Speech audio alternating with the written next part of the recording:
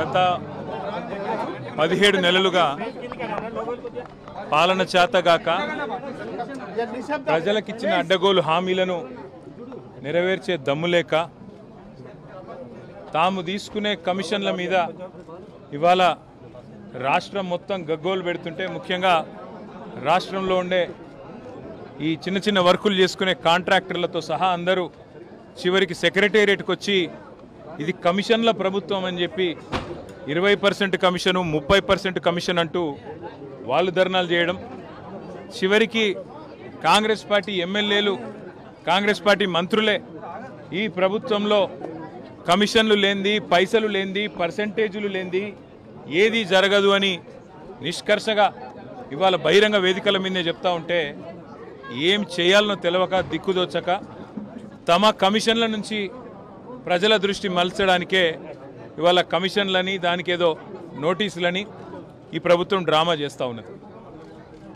ప్రజాపాలన కాస్త ఈరోజు పర్సెంటేజ్ల పాలనగా మారిపోయింది. ఇది వాస్తవం. 20%, 30% అనేది మేం చేస్తున్న ఆరోపణ కాదు. ఇవాళ స్వయంగా కాంగ్రెస్ పార్టీ ఎమ్మెల్యేలు మంత్రులు చెప్తున్న మాట, ఈ రాష్ట్రంలో కాంట్రాక్టర్లు సెక్రటేరియట్లోనే ధర్నా చేసే దుస్థితి వచ్చిన మాట వాస్తవం. నేను ఇవాళ రేవంత్ రెడ్డిని ఒకటే అడుగుతా ఉన్నా. నేను నల్లగొండ జిల్లా ఈరోజు ఒక వివాహ శుభకార్యానికి హాజరు కావడానికి ఇక్కడికి వచ్చిన నల్లగొండ బిడ్డల తరపున, నల్లగొండ రైతుల తరపున అడుగుతా ఉన్నా. SLBC టనల్ కూలి 8 మంది చచ్చిపోయి 3 నెలలు అవుతా ఉంది. రేపటితో 3 నెలలు నిండుతుంది. ఇంకో ప్రభుత్వంలో సమర్థుడైన ముఖ్యమంత్రి ఉంటే మంగళగ్రహం నుంచి కూడా ఈ పాటికే తిరిగి మనుషులు అక్కడికి ఎక్కువపోయి ఉంటే ఆడికెళ్ళి తెచ్చేటోళ్ళు. సమర్థవంతమైన ప్రభుత్వం ఉంటే చేసే పని గది. కానీ 3 నెలలు అయితే అసలు SLBC టన్నెలు మీ కమిషన్ల ఆరాటంతో, మీ కక్కుర్తితోని ఏదైతే కూలిపోయిందో ఇంతవరకు అందులోంచి శవాలను కనీసం తీసే దమ్ము లేదు. కనీసం ఆ పనుల విషయంలో ఏం జరిగిందో చెప్పే పరిస్థితి లేదు. అదేవిధంగా సుంకిశాల రిటైనింగ్ వాల్ కూలిపోయింది. సుంకిశాల రిటైనింగ్ వాల్ కూలిపోతే ఇప్పటి వరకు ఆ సంస్థ మీద కానీ, ఆ ఎందుకు కూలిపోయిందన్న దాని మీద కానీ ఎలాంటి ఎంక్వైరీ లేదు, ఎలాంటి కమిషన్ లేదు. ఆ సంస్థ మీద ఎలాంటి చర్య తీసుకున్న పాపాన పోలేదు. వట్టెం పంప్ హౌస్ మునిగింది కాంగ్రెస్ వచ్చిన తర్వాత, ఇంతవరకు దాని మీద చర్యలు లేవు.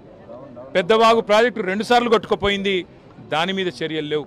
అందుకే ఇది కాంగ్రెసు బీజేపీ కలిపి వండుతున్న వంటకం ఏదైతే ఉందో, కాళేశ్వరాన్ని ఒక విఫల ప్రయోగంగా చిత్రీకరించే ప్రయత్నం ఏదైతే ఉందో, ప్రజలకు వాస్తవాలు తెలుసు.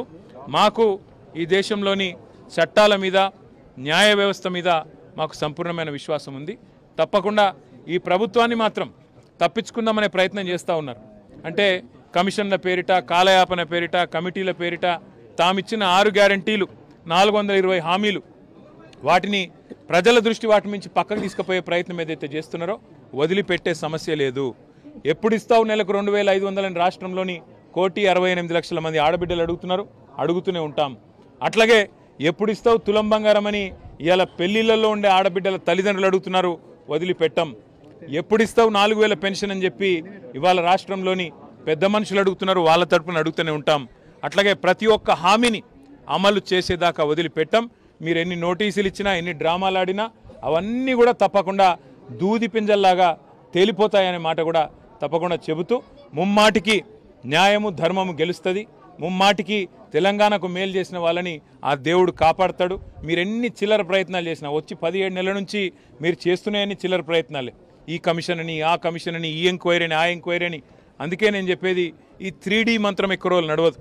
ఈ డిసెప్షన్, డిస్ట్రాక్షన్ అనే మీ ఆలోచన ఏదైతుందో ఎక్కువ రోజులు నడవదు.